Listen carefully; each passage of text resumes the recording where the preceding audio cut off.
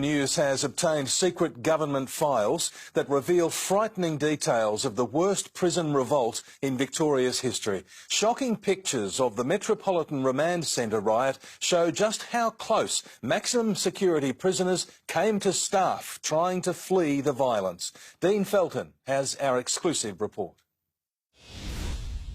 The code grey call went out just after midday, a full-scale riot, all over the government's impending ban on smoking in the state's jails. After simply kicking down a fence separating 2 yards, hundreds of prisoners joined forces, advancing on the jail's control centre. Body cam footage shows officers being ordered to retreat to the prison gatehouse. Office staff had to run for safety. Close behind them, prisoners, masked and armed. A van whisks the workers to safety, but only just. A prison officer later told police of a rumoured plot for the rioters to take hostages. Some of the prisoners used special tools to unscrew the hinges on more than 200 cell doors so those inside can kick their way out.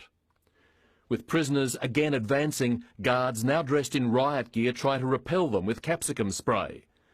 As reinforcements arrive, one uses a firearm, another throws a stun grenade, which hits the gate and rebounds.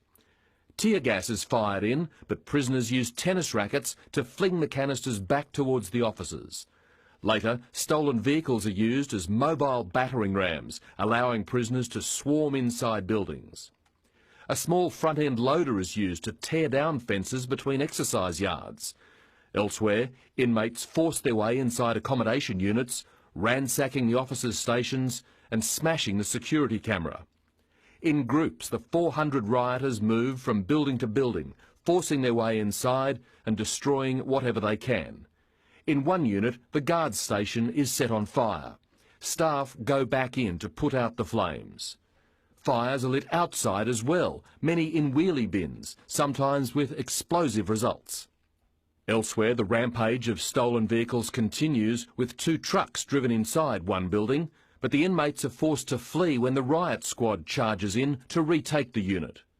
Later, a prison truck smashes through a steel side wall, then reverses, short-circuiting the power. Prisoners ransack the canteen, stealing ice creams, soft drinks, even sunglasses. Boxes of food and bags of sugar are thrown around. Darkness brought no let-up in the running battles between prisoners and authorities. Huge fires continue to burn in the yards. A stolen truck is used to drive a flaming trolley towards the command post. The rioting continues until well after midnight. The next day, investigators documented the damage from 15 hours of destruction. Virtually nowhere escaped. Common areas, guard stations, the prisoners' own cells, all trashed. Officers' lockers were targeted and their personal possessions stolen.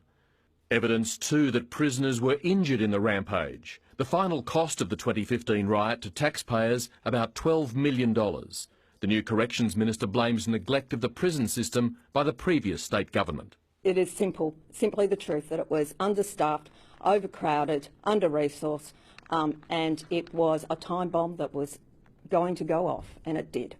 Repairs and an upgrade of accommodation and security at the centre won't be finished until the middle of next year. And the fallout for taxpayers has some distance to run yet.